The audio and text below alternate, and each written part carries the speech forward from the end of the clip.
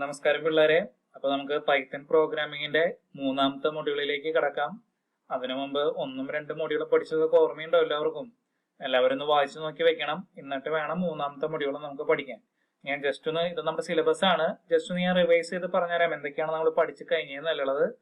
എന്താണ് പൈത്തൺ എന്നുള്ളത് പഠിച്ചു, അതിന്റെ ഐഡിയലുകളെ കുറിച്ച് പഠിച്ചു, ഇന്റർപ്രറ്റർ എന്താണെന്ന് പറഞ്ഞ് പഠിച്ചു. നമ്മള് അതിലെങ്ങനെ ഓരോ പൈത്തന്റെ സ്ക്രിപ്റ്റ് ഏതാ, കമന്റ് എങ്ങനെ കൊടുക്കുക, ഐഡന്റിഫയർ എന്താ, കീവേഡ്സ് എന്താ, ഈ പറഞ്ഞ പോലെ അതിന്റെ ബേസിക് ആയിട്ടുള്ള എല്ലാ കാര്യങ്ങളും നമ്മൾ പഠിച്ചു. അതിനുശേഷം നമ്മൾ എന്ത് പഠിച്ചു?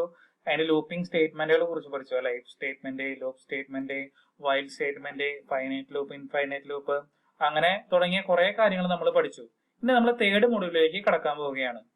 ഈ മൊഡ്യൂളിൽ മെയിൻ ആയിട്ട് നമുക്ക് കാണാനുള്ളത് എന്താണ് ഫംഗ്ഷൻസിനെ കുറിച്ചാണ് നമ്മൾ പഠിക്കാൻ പോകുന്നത്. ഏതൊക്കെ തരത്തിൽ ഫംഗ്ഷൻ ഉണ്ട്, എങ്ങനെയാണ് ഒരു ഫംഗ്ഷൻ ഡിക്ലെയർ ചെയ്യുക, എങ്ങനെയാണ് ഒരു ഫംഗ്ഷൻ കോൾ ചെയ്യുക, ഫംഗ്ഷന്റെ ഉപയോഗങ്ങൾ എന്താണ്, ഇതൊക്കെയാണ് നമ്മൾ പഠിക്കാൻ പോകുന്നത്. ഇത് നിങ്ങൾ C++ എല്ലാം പഠിച്ച അതേ കാര്യങ്ങൾ തന്നെയാണ്.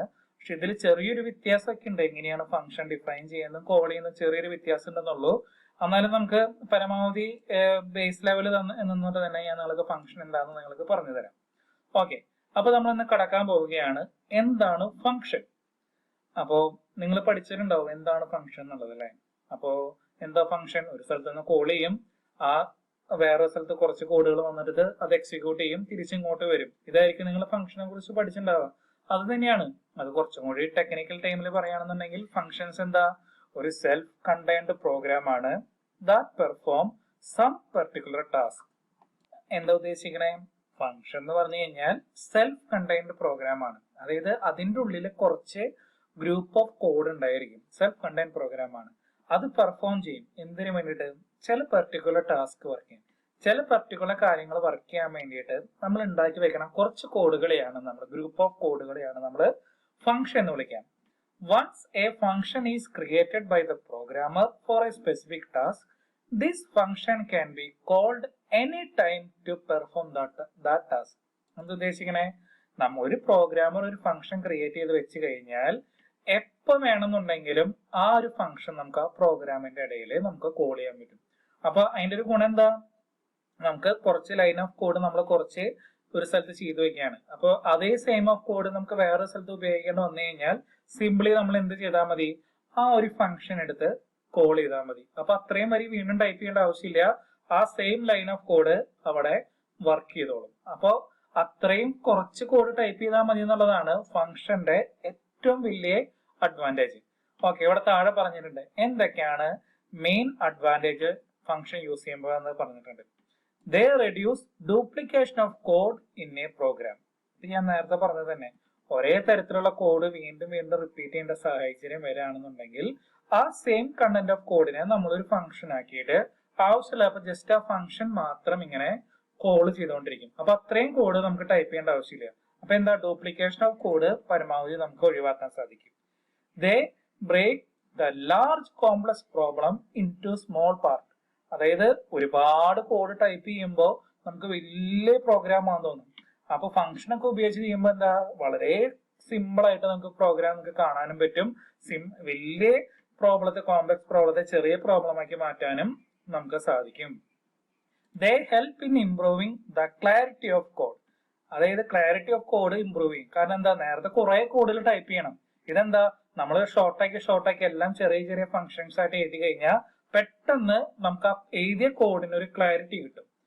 A piece of code can be reused as many times as we want with the help of function. നേരത്തെ പറഞ്ഞത് തന്നെ, ഒരു ചെറിയ പീസ് ഓഫ് കോഡ് നമുക്ക് വീണ്ടും വീണ്ടും നമുക്ക് റീയൂസ് ചെയ്യാൻ പറ്റും എത്ര വട്ടം വേണമെന്നുണ്ടെങ്കിലും. എന്തിന്റെ സഹായത്തോടു കൂടി? ഫംഗ്ഷന്റെ സഹായത്തോടു കൂടി. ഇതാണ് ഫംഗ്ഷന്റെ ഡെഫിനിഷനും അഡ്വാൻറ്റേജും. അപ്പൊ ഇത് നിങ്ങൾ നന്നായിട്ട് നോക്കാം. ഇനി നമ്മൾ അടുത്തത് പഠിക്കാൻ പോകുന്നത് what are the main 2 categories of function. ഏതൊക്കെ തരത്തിലെ ഫംഗ്ഷൻസ് ഉണ്ട് എന്നുള്ളതാണ് നമ്മൾ പഠിക്കാൻ പോകുന്നത്. നിങ്ങൾ പഠിച്ചിട്ടുണ്ടായിരിക്കും. ആദ്യത്തെ ബിൽറ്റ് ഇൻ ഫംഗ്ഷൻ, രണ്ടാമത്തെ യൂസർ ഡിഫൈൻഡ് ഫംഗ്ഷൻ. രണ്ട് തരത്തിലുള്ള ഫംഗ്ഷൻസ് ആണ് ഏത് പ്രോഗ്രാമിംഗ് ലാംഗ്വേജ് ആയാലും അവൈലബിൾ ആയിട്ടുള്ളത്. അതിൽ ആദ്യത്തെയാണ് ബിൽറ്റ് ഇൻ ഫംഗ്ഷൻ, രണ്ടാമത്തെ യൂസർ ഡിഫൈൻഡ് ഫംഗ്ഷൻ. എന്താണ് ബിൽറ്റ് ഇൻ ഫംഗ്ഷൻ? ഏതൊരു ലാംഗ്വേജിന്റെയും കമ്പൈലർ ഒരുപാട് ഡിഫോൾട്ട് ആയിട്ട് കുറെ ഫങ്ഷൻസ് ഡിഫൈൻ ചെയ്ത് വെച്ചിട്ടുണ്ടായിരിക്കും അല്ലെ. ഇപ്പൊ നമ്മളിപ്പോ കുറച്ച് നേരത്തെ നിങ്ങൾക്ക് ഞാൻ സ്ട്രിംഗ് ഹാൻഡ്ലിംഗ് ഫങ്ഷൻസ് ഇതിനു മുമ്പ് പഠിപ്പിച്ചു. ശരിക്കും സെക്കൻഡ് മോഡ്യൂളിറ്റി അല്ല, അത് ഫോർത്ത് മോഡ്യൂളിറ്റി ആണ്. ഞാനത് അതവിടെ പഠിപ്പിക്കാൻ കാരണം കുറച്ച് കോഡിങ് എളുപ്പത്തിന് വേണ്ടിയിട്ടായിരുന്നു. പക്ഷെ നമുക്ക് കോഡിങ് ചെയ്യാനുള്ള സമയമൊന്നും കിട്ടിയില്ല. വരും ക്ലാസ്സുകളിൽ നമുക്ക് ചെയ്യാം. അപ്പൊ അതെന്താ, അതിൽ സ്ട്രിംഗ് ഹാൻഡ്ലിംഗ് ഫങ്ഷൻസ് നമ്മൾ കുറച്ച് പഠിച്ചപ്പോ str_cat, പിന്നെ str_ln, അങ്ങനെ കുറച്ച് ഫങ്ഷൻസ് പഠിച്ചു. അതെന്താ, ഡിഫോൾട്ട് ആയിട്ട് ആ ഫംഗ്ഷൻ കോൾ ചെയ്ത് കഴിഞ്ഞാൽ ഓട്ടോമാറ്റിക്കലി കുറച്ച് ഗ്രൂപ്പ് ഓഫ് കോഡ് ബാക്ക്ഗ്രൗണ്ടിൽ എക്സിക്യൂട്ട് ചെയ്യുന്നുണ്ട്. നമ്മളത് കാണുന്നില്ല എന്നുള്ളൂ. പക്ഷെ ആ ഗ്രൂപ്പ് ഓഫ് കോഡ് എക്സിക്യൂട്ട് ചെയ്തതിന്റെ റിസൾട്ട് നമുക്ക് കിട്ടുന്നുണ്ട്. അപ്പൊ കമ്പൈലർ, ആ പ്രോഗ്രാമിന്റെ കമ്പൈലർ ഡിഫൈൻ ചെയ്ത് വെച്ചിട്ടുള്ള കുറച്ച് ഡിഫോൾട്ട് ഫംഗ്ഷൻസിനെയാണ് ബിൽറ്റ് ഇൻ ഫംഗ്ഷൻ എന്ന് പറയുന്നത്. രണ്ടാമത്തെയാണ് user defined function. User defined function എന്തായിരിക്കും? നമ്മൾ യൂസറിന്റെ ഇഷ്ടത്തിനനുസരിച്ച് ഓരോ പ്രോഗ്രാമിന്റെയും ആവശ്യത്തിനനുസരിച്ച് ഈ ഫംഗ്ഷൻ ഡിഫൈൻ ചെയ്ത് വെക്കാം. ഗ്രൂപ്പ് ഓഫ് കോഡ് ഡിസൈൻ ചെയ്ത് വെക്കുന്നതിനെയാണ് യൂസർ ഡിഫൈൻഡ് ഫംഗ്ഷൻസ് എന്ന് പറയുന്നത്. ഓക്കെ, നമുക്ക് ഇനി എന്താണ് ബിൽറ്റ് ഇൻ ഫംഗ്ഷൻ എന്താന്നുള്ളത് നമുക്ക് ഡീറ്റെയിൽ ആയിട്ട് കാണാം. അപ്പൊ ആദ്യം നമ്മൾ കാണാൻ പോകുന്നതാണ് ബിൽറ്റ് ഇൻ ഫംഗ്ഷൻ. എന്താണ് built in function? Built in functions are the functions already defined in the Python programming language. അതായത് എന്താ, നേരത്തെ ഞാൻ പറഞ്ഞ പോലെ തന്നെ പൈത്തൺ പ്രോഗ്രാമിംഗ് ലാംഗ്വേജിലെ ഓൾറെഡി ഡിഫൈൻ ചെയ്ത് വെച്ചിട്ടുള്ള ഫംഗ്ഷൻസിനെയാണ് ബിൽറ്റ് ഇൻ ഫംഗ്ഷൻസ് എന്ന് പറയാം. We can directly call them to perform a specific task. അതായത് ഒരു സ്പെസിഫിക് ടാസ്ക് വർക്ക് ചെയ്യാൻ വേണ്ടിയിട്ട് നമുക്ക് ഡയറക്റ്റ് ആയിട്ട് നമുക്ക് കോൾ ചെയ്യാം. ഞാൻ നേരത്തെ പറഞ്ഞ പോലെ str_ln കോൾ ചെയ്ത് കഴിഞ്ഞാൽ ഓൾറെഡി സ്ട്രിംഗ് ലെങ്ത് നമുക്ക് കിട്ടും. നമ്മൾ വേറെ ഒരു കോഡോ നമ്മളവിടെ ടൈപ്പ് ചെയ്യുന്നില്ല. Every built-in function in Python performs some particular task. എല്ലാ built-in functions in Pythonത്തെ ഒരു particular task വർക്ക് ചെയ്യാനായിരിക്കും. There are many built-in functions provided in the Python, such as example ആണ് പറയുന്നത്. dir ഡയറക്ടറി കിട്ടാൻ വേണ്ടി dir എന്ന് പറഞ്ഞൊരു ഫംഗ്ഷൻ ഉണ്ട്, ലെങ്ത് കിട്ടാൻ വേണ്ടി len എന്ന് പറഞ്ഞ ഫംഗ്ഷൻ ഉണ്ട്, abs ഉണ്ട്. അങ്ങനെ ഇഷ്ടം പോലെ ഫംഗ്ഷൻസ് അവൈലബിൾ ആണ് പൈത്തണിൽ. അത് നമ്മൾ ഓരോ വഴിക്കായിട്ട് നമ്മൾ ഓരോ ഫംഗ്ഷൻസിനെ കുറിച്ച് പഠിക്കുമ്പോൾ ഡീറ്റെയിൽ ആയിട്ട് പഠിക്കാം. ഇനി ബിൽറ്റ് ഇൻ ഫംഗ്ഷൻസിൽ തന്നെ ഒരുപാട് ഫംഗ്ഷൻസ് ഉണ്ടെന്നുണ്ടെങ്കിലും ബിൽറ്റ് ഇൻ ഫംഗ്ഷൻ രണ്ട് തരത്തില് മെയിൻ ആയിട്ട് ഡയറക്ട്ലി ഉണ്ട്. ഡയറക്ട്ലി അല്ലെങ്കിൽ ഇൻഡയറക്ട്ലി ഉണ്ടെന്ന് പറയാം. അതായത് ഒരുപാട് ബിൽറ്റ് ഇൻ ഫംഗ്ഷൻസ് ഉണ്ട്. അതെല്ലാ ബിൽറ്റ് ഇൻ ഫംഗ്ഷനും കോമൺ ആയിട്ട് രണ്ട് കാര്യങ്ങളാണ് ഉള്ളത്. ഒന്നെങ്കിൽ അതൊരു ടൈപ്പ് കൺവെൻഷൻ ഫംഗ്ഷൻ ആയിരിക്കും, അല്ലെങ്കിൽ അതൊരു ടൈപ്പ് കോഷൻ ഫംഗ്ഷൻ ആയിരിക്കും. ഒന്നെങ്കിൽ ടൈപ്പ് കൺവെൻഷൻ ഫംഗ്ഷൻ അല്ലെങ്കിൽ ടൈപ്പ് കോഷൻ ഫംഗ്ഷൻ. അപ്പൊ എന്താണ് ടൈപ്പ് കൺവേർഷൻ ഫംഗ്ഷൻ എന്നുള്ളത് പഠിക്കാം. ഇതൊക്കെ നമ്മൾ പഠിച്ചിട്ടുള്ളതാണ് നേരത്തെ മുമ്പത്തെ മൊഡ്യൂളില്. പക്ഷെ അത് കുറച്ചും കൂടി ടെക്നിക്കലായിട്ട് നമ്മൾ പഠിക്കുകയാണ്. എന്താണ് ടൈപ്പ് കൺവെർഷൻ? ആ വാക്കിൽ തന്നെ ഉണ്ട്. ടൈപ്പ് കൺവേർട്ട് ചെയ്യാൻ വേണ്ടി ഉപയോഗിക്കുന്ന ഫംഗ്ഷൻസ് ആണ് type conversion function. There are some built-in function in the Python programming language that can convert one type of data into another type of data. ഒരു ടൈപ്പ് ഓഫ് ഡാറ്റയിൽ നിന്ന് വേറൊരു ടൈപ്പ് ഓഫ് ഡാറ്റയിലേക്ക് കൺവേർട്ട് ചെയ്യാൻ വേണ്ടി സഹായിക്കുന്ന built in ഫംഗ്ഷൻസിനെയാണ് type conversion function എന്ന് വിളിക്കുന്നത്. For example, the in function can take any number of value and convert into a integer. അതായത് ഇന്റ് എന്ന് പറഞ്ഞൊരു ഫംഗ്ഷനെ ഇന്റ് എന്ന് പറഞ്ഞൊരു ഫംഗ്ഷൻ ഉപയോഗിച്ച് നമുക്ക് ഏത് നമ്പർ വേണമെന്നുണ്ടെങ്കിലും വാങ്ങാം. നമ്മളിപ്പോ നേരത്തെ കോഡൊക്കെ ശ്രദ്ധിച്ചപ്പോൾ നമ്മൾ പഠിച്ചിട്ടുണ്ടായിരിക്കും അല്ലെ, ഇന്റീജർ വാല്യൂ ആണ് ഡിഫോൾട്ട് ആയിട്ട് കിട്ടാന്നുണ്ടെങ്കിലും ഇന്റ് ആയിട്ട് കിട്ടാൻ വേണ്ടി ഇന്റ് ഫംഗ്ഷൻ നമ്മൾ ഉപയോഗിച്ചു അല്ലെ. മുമ്പത്തെ ക്ലാസ്സുകളുടെ നോട്ടൊക്കെ ചെക്ക് ചെയ്താൽ നിങ്ങൾക്ക് കാണാൻ പറ്റും. അതാണ് ടൈപ്പ് കൺവേർഷൻ ഫംഗ്ഷൻ. അപ്പൊ രണ്ടാമത്തെ എന്തായിരിക്കും ടൈപ്പ് കോഷൻ ഫംഗ്ഷൻ എന്ന് പറഞ്ഞു കഴിഞ്ഞാൽ ഇതിലിവിടെ ഈ സൈലന്റ് ആണ്. ടൈപ്പ് കോഷൻ ഫംഗ്ഷൻ എന്ന് പറയാം. Type conversion function discussed above is known as explicit function. നമ്മൾ മുകളിൽ പഠിച്ച ടൈപ്പ് കൺവേർഷൻ എന്താണ്? അതൊരു എക്സ്പ്ലിസിറ്റ് ആയിട്ടാണ് കൺവേർഷൻ നടക്കുന്നത്. എക്സ്പ്ലിസിറ്റ് എന്ന് പറഞ്ഞാൽ നമുക്ക് കാണാവുന്ന ഫോമിലാണ്, കാണാൻ പറ്റാവുന്ന പോലെ, അല്ലെങ്കിൽ നമ്മൾ കൊടുത്തിട്ടാണ് ആ കൺവേർഷൻ നടക്കുന്നത്. There is also another kind of type conversion in Python programming language known as implicit. Implicit എന്ന് പറഞ്ഞാൽ എന്താ? ഇംപ്ലിസിറ്റ്, ഉള്ളിൽ നടക്കുന്ന ഫംഗ്ഷൻ. അതായത് നമ്മളറിയാതെ പ്രോഗ്രാമിംഗ് ലാംഗ്വേജിൽ ഉള്ളിൽ തന്നെ കൺവേർഷൻ നടക്കും. Implicit conversion is also known as type coercion and is automatically done by the interpreter. അതായത് ഈ ഇംപ്ലിസിറ്റ് കൺവേർഷൻ ഫംഗ്ഷനെയാണ് എന്ത് ഫംഗ്ഷൻ എന്ന് പറയണേ? ടൈപ്പ് കോഷൻ ഫംഗ്ഷൻ എന്ന് പറയണേ. അത് ഓട്ടോമാറ്റിക്കലി ഇന്റർപ്രറ്റർ ആണ് നടത്താറ്. ഇപ്പൊ എക്സാമ്പിൾ ഞാൻ പറയുകയാണെന്നുണ്ടെങ്കിൽ, ഇപ്പൊ നമ്മള് പ്രോഗ്രാം നേരത്തെ എക്സാമ്പിൾ ചെയ്തപ്പോ നിങ്ങൾ ശ്രദ്ധിച്ചിട്ടുണ്ടോന്ന് അറിയില്ല. നമ്മൾ ഡിഫൈൻ ചെയ്യാതെ നമ്മളിപ്പോ ഒരു വാല്യൂ നമ്മളിപ്പോ എ എന്ന് പറഞ്ഞ വേരിയബിളിലേക്ക് 5.5 എന്ന് പറഞ്ഞ വാല്യൂ നമ്മൾ റീഡ് ചെയ്തെന്ന് വിചാരിക്കാം. 5.5. അപ്പൊ ഓട്ടോമാറ്റിക്കലി ഓട്ടോമാറ്റിക്കലി എ എന്ന് പറഞ്ഞ വേരിയബിൾ ഓട്ടോമാറ്റിക്കലി എന്തായി മാറാണ് ചെയ്യണേ? ഫ്ലോട്ട് വേരിയബിൾ ആയി മാറാണ് ചെയ്യണേ. അതായത് യൂസർ എന്ത് വാല്യൂ ആണ് അവിടെ കൊടുത്തത്, 5.5 ആണ് കൊടുത്തതെന്നുണ്ടെങ്കിൽ ഓട്ടോമാറ്റിക്കലി അത് ആ എ എന്ന് പറഞ്ഞ വേരിയബിൾ ഫ്ലോട്ട് ആയി മാറും. ഇനി വെറുതെ 5 മാത്രം കൊടുത്തിട്ടുള്ളതെന്നുണ്ടെങ്കിലോ അത് ഓട്ടോമാറ്റിക്കലി ഇൻഡ് ആയി മാറും.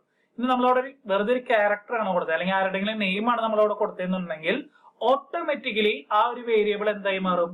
അതൊരു ഇന്റീജർ ക്യാരക്ടർ ആയി മാറും അല്ലെ? അപ്പോ അങ്ങനെ ഓട്ടോമാറ്റിക്കലി ഇംപ്ലിസിറ്റ്ലി നമ്മൾ അറിയാതെ തന്നെ ഓട്ടോമാറ്റിക്കലി കൺവെൻഷൻ നടക്കുന്നുണ്ട്. നമ്മൾ ചെറിയൊരു എക്സാമ്പിൾ പൈത്തന്റെ സ്റ്റാർട്ടിങ്ങിൽ ചെയ്തു. നിങ്ങൾ ആ ബുക്കുകൾ തീർത്തു നോക്കി കഴിഞ്ഞാൽ നിങ്ങൾക്ക് കാണാൻ പറ്റും. അപ്പോ ആ ടൈപ്പില് ഓട്ടോമാറ്റിക്കലി ഇംപ്ലിസിറ്റ്ലി കൺവെൻഷൻ നടക്കണേനാണ് ടൈപ്പ് കോഷൻ എന്ന് പറയണേ. നമ്മള് എക്സ്പ്ലിസിറ്റ്ലി നമ്മൾ പ്രോഗ്രാമിൽ കൊടുത്തിട്ട് ഈ ഒരു ഇന്റീജറിനെ കൺവേർട്ട് ചെയ്തിട്ട് മാറ്റണം, അല്ലെങ്കിൽ വേറൊരു ഫോർമാറ്റിലേക്ക് മാറ്റി റീഡ് ചെയ്യണം എന്ന് പറഞ്ഞ് എക്സ്പ്ലിസിറ്റ് ആയിട്ട് കൊടുക്കണേനെയാണ് ടൈപ്പ് കൺവേർഷൻ ഫംഗ്ഷൻ എന്ന് പറയുന്നത്. ഇത് ബേസിക്കലി എല്ലാത്തിലും ഉപയോഗിക്കുന്നതാണ്. നമ്മുടെ ഇതിൽ മാത്രമല്ല, പൈത്തണിൽ മാത്രമല്ല, ഏത് പ്രോഗ്രാമിംഗ് ലാംഗ്വേജിലും ഇങ്ങനെ നമുക്ക് ഉപയോഗിക്കാൻ പറ്റും. അപ്പൊ ഈ രണ്ട് തരത്തിലാണ് ബിൽറ്റ് ഇൻ ഫംഗ്ഷൻ ഉള്ളത്. ഒന്ന് ടൈപ്പ് കൺവേർഷനും ഒന്ന് ടൈപ്പ് കോഷനും. ഇനി ഡീറ്റെയിൽ ആയിട്ട് എന്താണ് ബിൽറ്റ് ഇൻ ഫംഗ്ഷൻസ്, ഏതൊക്കെ തരത്തിൽ ബിൽറ്റ് ഇൻ ഫംഗ്ഷൻസ് പൈത്തണിൽ അവൈലബിൾ ആയിട്ടുണ്ടെന്നുള്ളത് പഠിക്കാം. അപ്പൊ ബിൽറ്റ് ഇൻ ഫംഗ്ഷൻ എന്ന് പറഞ്ഞാൽ എന്താ?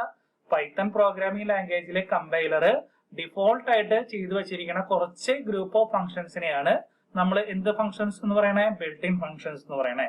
ആ ബിൽറ്റ് ഇൻ ഫംഗ്ഷൻസിന്റെ ആദ്യത്തെയാണ് എന്ത്? Mathematical function. മാത്തമെറ്റിക്കൽ ഫംഗ്ഷൻ ആ പേരിൽ തന്നെയുണ്ട്. മാത്തമെറ്റിക്കൽ പർപ്പസിന് വേണ്ടി ഉപയോഗിക്കുന്ന ഫംഗ്ഷൻസിനെയാണ് നമ്മൾ മാത്തമെറ്റിക്കൽ ഫംഗ്ഷൻ എന്ന് വിളിക്കുന്നത്. ഇവിടെ നമുക്ക് എക്സാമ്പിൾ നോക്കാം.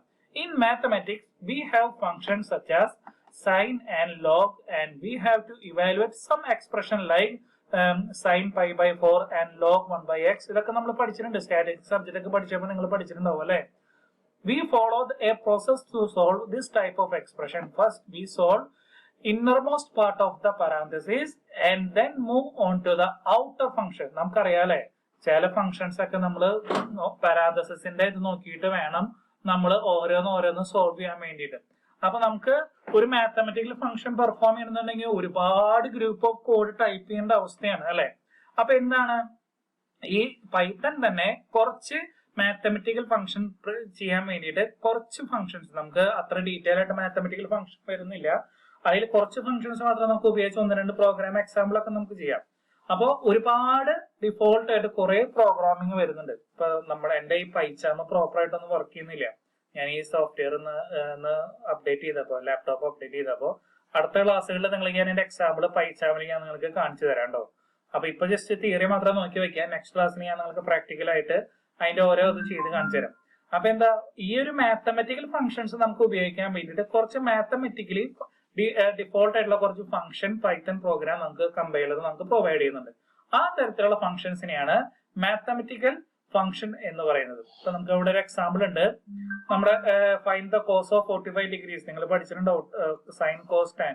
അതിൽ നമുക്ക് ഇവിടെ ഉപയോഗിക്കാൻ പറ്റുന്നത് മാത്ത് ഡോട്ട് കോസ് ആംഗിൾ എന്ന് പറഞ്ഞ് കൊടുത്തു കഴിഞ്ഞാൽ ഈ ആംഗിളിൽ എന്താണെന്നുള്ളത് കൊടുത്തു കഴിഞ്ഞാൽ ഓട്ടോമാറ്റിക്കലി അതിന്റെ ഔട്ട്പുട്ട് ഇവിടെ വരും. അതായത് നിങ്ങൾക്ക് ഞാനിപ്പോ ഈ എക്സാമ്പിൾ ഞാൻ നിങ്ങൾക്ക് എക്സ്പ്ലെയിൻ ചെയ്യുന്നതിന് പകരം പൈച്ചാമ്പിൾ ഞാൻ നിങ്ങൾക്ക് നാളെ ക്ലാസ്സുകളിൽ ഞാൻ നിങ്ങൾക്ക് പറഞ്ഞു തരാം എങ്ങനെയാണ് ഈ കോഡ് നമ്മൾ ടൈപ്പ് ചെയ്യാന്നുള്ളത്. അപ്പൊ നിങ്ങൾ ഇപ്പൊ ഇത്ര മനസ്സിലാക്കി വെച്ചാൽ മതി. മാത്തമെറ്റിക്കൽ ഫംഗ്ഷൻസ് എന്ന് പറഞ്ഞു കഴിഞ്ഞാൽ മാത്തമെറ്റിക്കൽ ഓപ്പറേഷൻസ് പെർഫോം ചെയ്യാൻ വേണ്ടിയിട്ട് ഒരു കുറച്ച് ബിൽറ്റ് ഇൻ ആയിട്ടുള്ള കുറച്ച് ഫംഗ്ഷൻ പൈത്തന്റെ കമ്പൈലർ നമുക്ക് പ്രൊവൈഡ് ചെയ്യുന്നുണ്ട്. ആ ഫംഗ്ഷനെയാണ് നമ്മൾ മാത്തമെറ്റിക്കൽ ഫംഗ്ഷൻ എന്ന് വിളിക്കുന്നത്. അതേപോലെ രണ്ടാമത്തെ ഫംഗ്ഷനാണ് എന്ത് function? Date and time function. അതെന്തിനായിരിക്കും? ആ പേര് തന്നെയുണ്ട് അല്ലെ? നമുക്ക് ഡിഫോൾട്ട് ആയിട്ട് ഇന്നത്തെ അല്ലെങ്കിൽ നമുക്ക് ഉപയോഗിക്കുന്ന ദിവസത്തെ ഡേറ്റ് ടൈം നമുക്ക് കിട്ടാൻ വേണ്ടിയിട്ടാണ് നമ്മൾ ഡേറ്റ് ടൈം ഫംഗ്ഷൻ നമ്മൾ ഉപയോഗിക്കുന്നത്. ഡേറ്റ് ടൈമിലെ കലണ്ടർ വരെ കിട്ടും നമുക്ക്. ടൈം ആൻഡ് കലണ്ടർ കിട്ടാൻ വേണ്ടിയിട്ടാണ് ഡേറ്റ് ടൈം ഫംഗ്ഷൻ നമ്മൾ ഉപയോഗിക്കുന്നത്. അത് ലോക്കൽ ടൈം കിട്ടും, അസെൻഡിങ് ടൈം കിട്ടും, മന്ത് കിട്ടും, എല്ലാ രീതിയിലും നമുക്ക് കിട്ടും. അപ്പൊ അതിന്റെയും കുറച്ച് പ്രോഗ്രാം ഉണ്ട്. ഞാനപ്പോ നാളെ പൈച്ചാമെന്ന് എന്റെ ശരിയാവും. ഞാൻ വീണ്ടും റീഇൻസ്റ്റാൾ ചെയ്ത് ശരിയാക്കിയതിന് ശേഷം ഞാൻ നിങ്ങൾക്ക് ഈ എക്സാമ്പിൾ പറഞ്ഞുതരാം. അപ്പൊ ഇത്രയും ക്ലാസ്സിലെടുത്തത് നിങ്ങൾ തിയറി ജസ്റ്റ് ഒന്ന് വായിച്ചു നോക്കുക. എന്തെങ്കിലും ഡൗട്ട് ഉണ്ടെങ്കിൽ പിന്നാലെ നിങ്ങൾ ചോദിക്കാം. ഓക്കെ, അപ്പൊ നിങ്ങൾക്ക് മനസ്സിലായി കാണുമെന്ന് ഞാൻ വിചാരിക്കുന്നു. That's all for today. Thank you.